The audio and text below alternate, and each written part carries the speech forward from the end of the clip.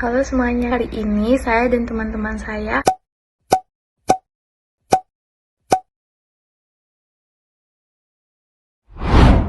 akan menjelaskan tentang gerakan sosial dan harapan baru demokrasi di negara Guatemala.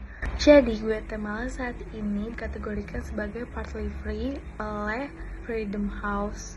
Demokrasi elektoral masih berjalan, tapi kualitasnya lemah karena pengaruh korupsi, pembatasan kebebasan sipil, dan tekanan terhadap lembaga pemilu. Namun, 2023 menjadi momen penting karena rakyat Guatemala menunjukkan bahwa demokrasi masih bisa diselamatkan melalui suara dan gerakan sosial. Guatemala memiliki sistem republikan presidensial. Sistem kepartaiannya sangat terfragmentasi dengan banyak partai yang tidak berumur panjang. Pemilu terakhir berlangsung pada 2023 dan menjadi titik balik Bernardo Arévalo dari Partai Progresif Movimiento Semilla menang tak terduga dengan kampanye anti korupsi dan janji reformasi. Namun, kemenangannya sempat diancam pembantalan oleh kejaksaan yang terhubung dengan elit lama. Untungnya, tekanan publik dan internasional berhasil mempertahankan pemilu. Sekitar 40% dari populasi Guatemala berasal dari kelompok etnis Maya yang selama ini mengalami marginalisasi dalam bidang politik dan ekonomi. Namun, dalam pemilu tahun 2023 terjadi peningkatan signifikan dalam partisipasi politik masyarakat adat. Mereka menunjukkan dukungan terhadap calon presiden yang membawa visi perubahan dan menjanjikan pengakuan atas hak-hak masyarakat adat.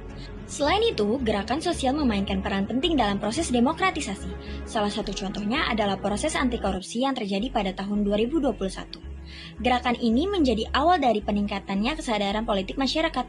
Setelah pemilu 2023, aksi massa kembali muncul sebagai respons terhadap upaya pembatalan hasil pemilu yang sah.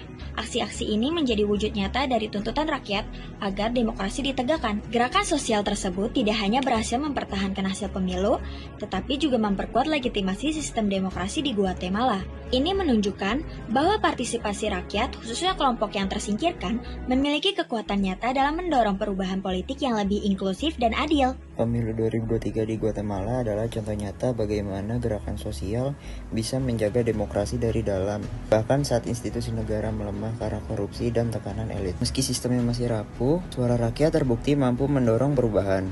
Arévalo sekarang menghadapi tantangan besar untuk menepati janji reformasinya. Tapi satu hal yang pasti, tanpa gerakan sosial dari rakyat, hasil pemilu yang demokratis ini tidak akan bisa bertahan. Ini adalah pelajaran penting bahwa demokrasi bukan hanya soal kotak suara, tapi juga soal keterlibatan aktif warga negara.